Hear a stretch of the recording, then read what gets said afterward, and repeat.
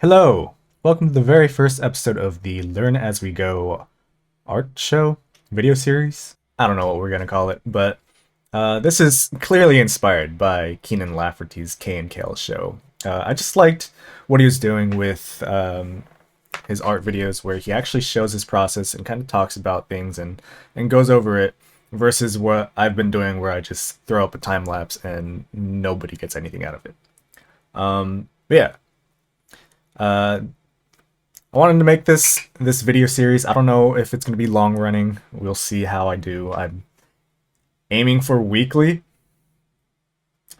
for whenever I start an illustration. I don't know if I can do actual once a week, but we'll try to be as consistent as possible, I guess. But no promises. But yeah, I wanted to do a video series where I kind of just learn. The whole point of the name is to learn as we go. I'm gonna try different things that I don't usually try. I'm gonna uh, get away from my comfort zone and just try digital painting. Usually I just do a character on a canvas, do some cell shading, and call it a day, as you guys may have saw with the 30-day art challenge that I did recently. But this time around, I kind of want to actually get into painting and learning different techniques. So as I learn, as I go through these different methods, maybe some people can pick up things as well. So that's the whole point of this show. Um, so it's not necessarily a tutorial video series or anything. It's just watch me draw and maybe you'll learn something type of thing. So hopefully that's somewhat entertaining and maybe you guys can get something out of it. But yeah, this is part one of a fan art piece that I'm doing of Kina, which is a video game coming out by the studio Ember Labs. And yeah, it's their very first video game. It looks very promising. Kind of looks um, like a bunch of animators from Pixar or something got together and decided to make a video game. But I don't know anything about it. I just think it looks interesting. I think this sketch brings out the essence of Kina, but who knows since we don't know yet. But yeah, I wanted to throw on a time lapse really quick while I talk over it of how I got to this point, and I want to talk about the importance of spending time with your sketch, because this is something that I had to learn, or that I'm still learning, where you have to have some patience, and sometimes if you can't get the drawing right, you just got to spend more time with it. And I used to pride myself in being the lazy artist who likes to do drawings very quickly, but I have learned that that's not good for me personally. Maybe it's good for some people, but not good for me. So yeah, we're gonna go over how I went from this thumbnail here to this somewhat refined sketch. And so, really quick, I'm looking at the wrong screen. Really quick, I want to show you the thumbnailing process that I did. As you guys can see here, I started off wanting to do this as like a sort of like a splash, kind of like a League of Legends splash, where it's like a 1920 by 1080 aspect ratio. But I thought to myself, this particular pose, if I can draw over it really quick, this particular pose, what is going on? Hold on. There we go. Oh my gosh. This particular like floating meditation pose here looks better on a vertical canvas. And so I kind of went through different ideas of what I wanted to draw, as you can see here, and then I ended up saying, yeah, this is the type of pose I want to go for. Sorry, my mic's in the way. And so the only reference images I could find are of Luke Skywalker, some random 3D model, and this other Jedi.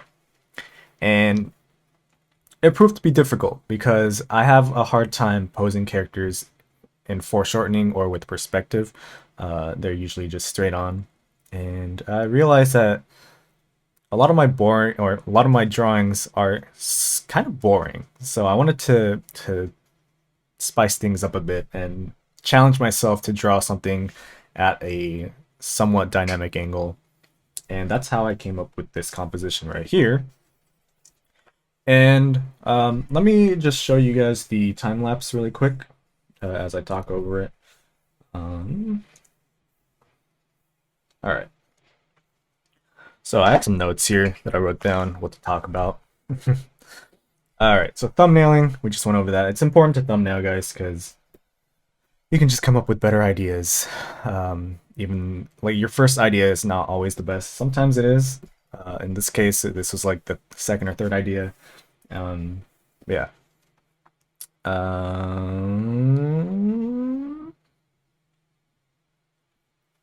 Okay, yeah, let's just go ahead and play this. Oh, hold on. Okay, yeah. So this is after I already thumbnailed it, and I'm trying to refine the sketch, and I ran into a really big problem. So as I said, and as I've said a lot in all my videos, is I have a lot of trouble with perspective. I was very character design focused back in school, and I didn't really pay too much attention to really honing my perspective skills. And I think that has been a crutch of mine for a very long time. And so posing characters in perspective is obviously difficult too. So when I was doing this, I felt like the thumbnail got the... Oh, let me pause it right there. The thumbnail got the essence really well. So I think my thumbnail sketch here, as you guys can see, you kind of look like you're looking up at her. And that's what I wanted. But when it came to the actual refined sketch, it was feeling... let me see if I can find it here. Where is it? There we go. So if you can see on the screen now, this was the final refined sketch I did after thumbnailing, and it didn't feel like we were looking up at her anymore. It just looked like we were straight on right in front of her looking at her. And I didn't like that, and I knew it was wrong, so I went to a Discord group that I'm in, an art Discord group, and I asked them for some critique. And a couple of them suggested 3D modeling or using a 3D model from Clip Studio, and I don't use Clip Studio, so someone offered to 3D model for me. And that's when they came up with this for me. If I can pull it up. This 3D model right here. And that helped a lot because now it actually feels like you're looking up at her. Which led to, let me see here.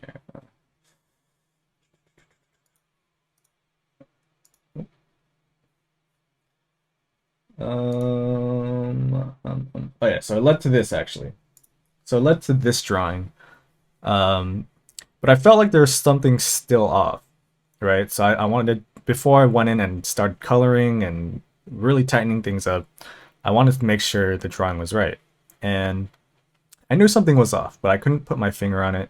And usually when something feels like it's not right, it probably isn't. So I contacted an old teacher of mine for some guidance, I guess you can call it.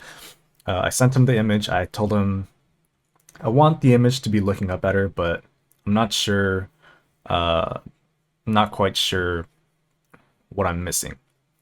And so he drew in these perspective lines for me, and he told me a human character is just like any architectural structure. It's still in perspective, right? That I knew, but I still had trouble applying it. And he told me, especially because this character is in a symmetrical pose, it's easier to figure out what's wrong. So he put the perspective lines, and basically my character looks like she has really bad scoliosis. The knees should match up with where this perspective line's going, and so should the hands. And that alone helped me out a lot, and it's something that's probably going to stick in my head for a while, or forever now, when I'm doing drawings like these, where even if they're not symmetrical poses, I can kind of gauge where things would be just by thinking about, oh, this should be in that area if it's in this perspective, and if I move the hand down this way, it should look like this or whatever, right? So that's something I found very helpful. I think this would help a lot of people actually, because perspective on characters is very difficult. But yeah, so we went from that to now, where is it? Where is my actual, oh, there we go. To this. So now the knees are lined up and the hands are lined up, and I think this worked out a lot better.